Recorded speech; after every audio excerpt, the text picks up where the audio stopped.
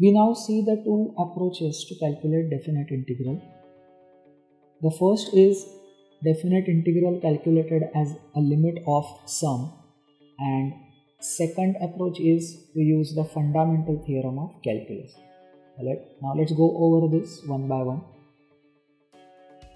Firstly, let us see how we can calculate the definite integral as the limit of sum. Let's understand what this limit is or what this sum is.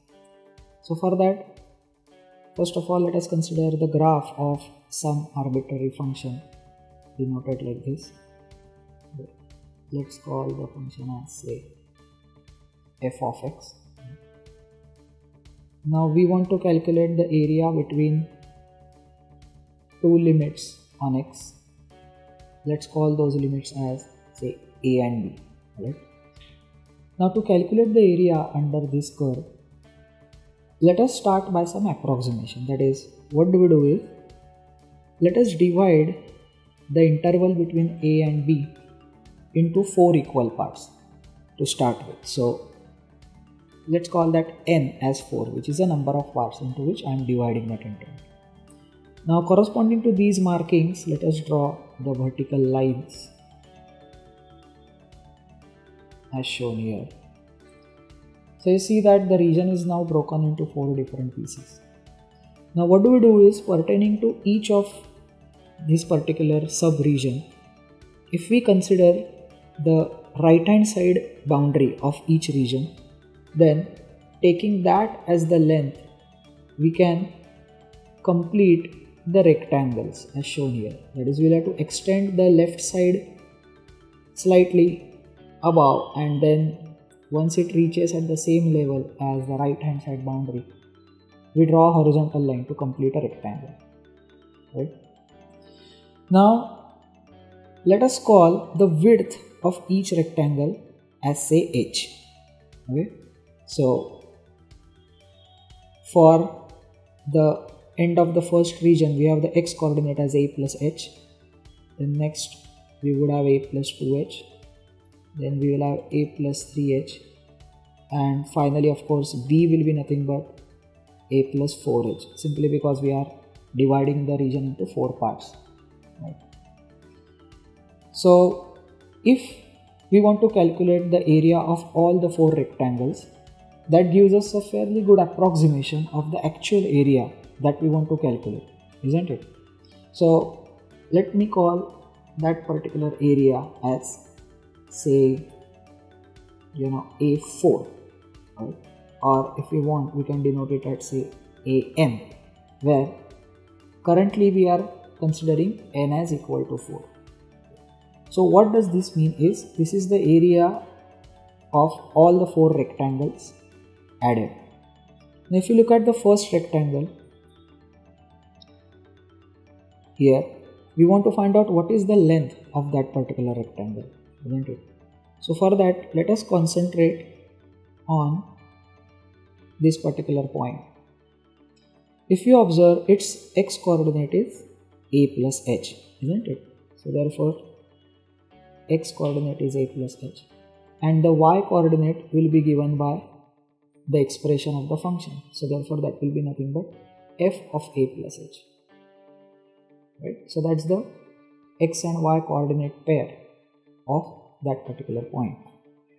So therefore the length of the first rectangle, that is a vertical height, we may say, is nothing but f of a plus h, and the width is nothing but h, as we have already seen. So therefore its area will be nothing but h into f of a plus h. So that's the area of the first rectangle. Plus, for the second rectangle, the width is still same, that is h, but now if we consider the height, that will now be f of a plus 2h, because the x coordinate is now a plus 2h. So continuing in this manner, okay, we will have the last rectangle with the area as h into f of a plus 4h. So now this is the case when we have n equal to 4, that is 4 subdivisions, isn't it? Now what happens, suppose instead of 4, suppose we increase the divisions, that is we make it as 8 divisions, then it will have slightly better approximation, because as you can imagine, suppose let us consider the further subdivisions. Now if I want to show the rectangles in green, the topmost boundaries of the rectangles in green, so you see that the extra or the surplus area that we are counting above the required area is less than the previous case in which we had considered only 4 rectangles, isn't it? So now if you see, the more number of rectangles we consider, better is our approximation and closer is the calculation of area. So therefore we can take now the limit of this particular sum of areas as n becomes larger and larger and tends to infinity, isn't it? So therefore we finally write that the actual area, so by actual area we mean the required area under the curve. So actual area under the curve is nothing but the limit of what? The sum of all the areas of n rectangles. So therefore to consider the sum, we write the summation sign, isn't it? Now we have to sum up the area of all the rectangles, and for individual rectangle the area is given by h into f of a plus. Now here we will have to put some counter, because this r will vary from 1 to n. As you can see here, it is a plus 1h, a plus 2h, a plus 3h and a plus 4h. So if we are talking about n rectangles, then the r must vary from 1 to n, and we are taking the limit as this n itself becomes bigger and bigger and approaches infinity, isn't it? So therefore that's the way to calculate the area under the curve. Now of course we can bring the h outside the summation because it is not dependent on r, so therefore this we can write as h is summation of f of a plus rh, where r varies from 1 to n.